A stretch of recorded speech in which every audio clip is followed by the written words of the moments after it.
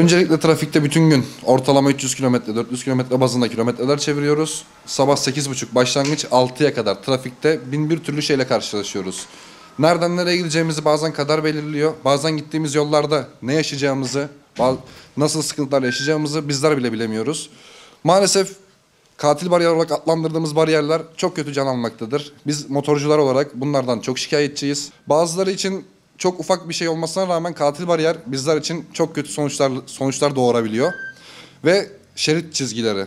Maalesef ki şerit çizgileri kazınmadan üstüne boya atılarak 2 katman, 3 katman oluyor. Bunlar da maalesef ki yağışlı havalarda, karlı veyahut da kaygan zeminlerde bizim düşmemizi, yaralanmamızı, hatta ölmemize sebep olmaktadır.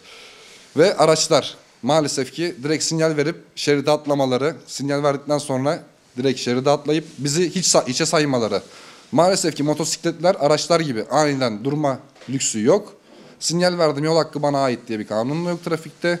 Araçlardan saygı istiyoruz. Bizler de trafikte varız. Bizler üvey evlatlar değiliz.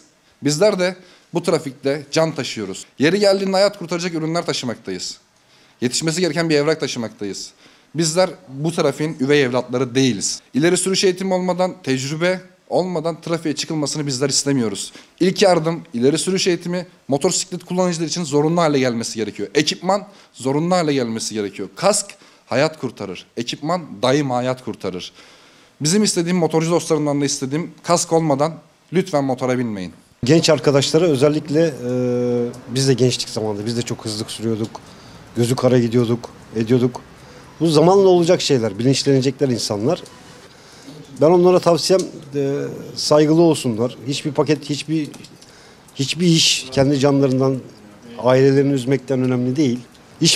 İşveren kısmında burada sıkıntı var. İşveren kısmında şöyle bir sıkıntı var. Biz bu adama aynı parayla nasıl daha çok paket attırırız derdindeler.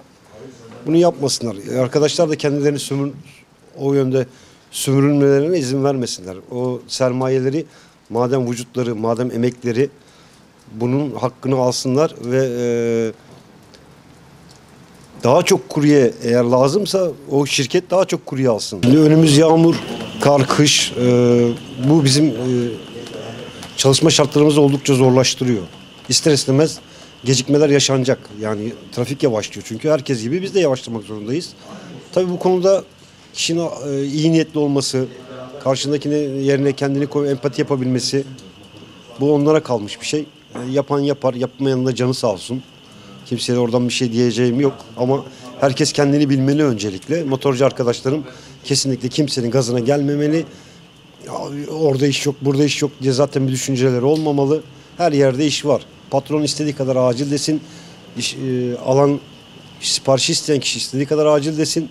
Hiç önemli değil. Kapıdan çıksınlar. Gene yavaş yavaş yollarına devam etsinler. Kuryelik yapıyorum 22 yıldan beri bu camiada. Çok kazalar gördük. Çok arkadaşlarımızı kaybettik. Yani araçların biraz saygılı olmalarını istiyoruz. Bir de bu asfaltlarda dökülen şeritlerin kazınıp tekrar dökülmesini istiyoruz, beyaz şeritlerin. Olarak çünkü kazımadan döktükleri için bu 3-4 kat devamlı üstüne boya atıyorlar. Ve bunlar şeritlerde olduğu için lastiğin doğal olarak kaymasını yapıyor. O şekilde kazaya sebebiyet veriyor. İşte bir de biz biraz daha saygı istiyoruz insanlardan.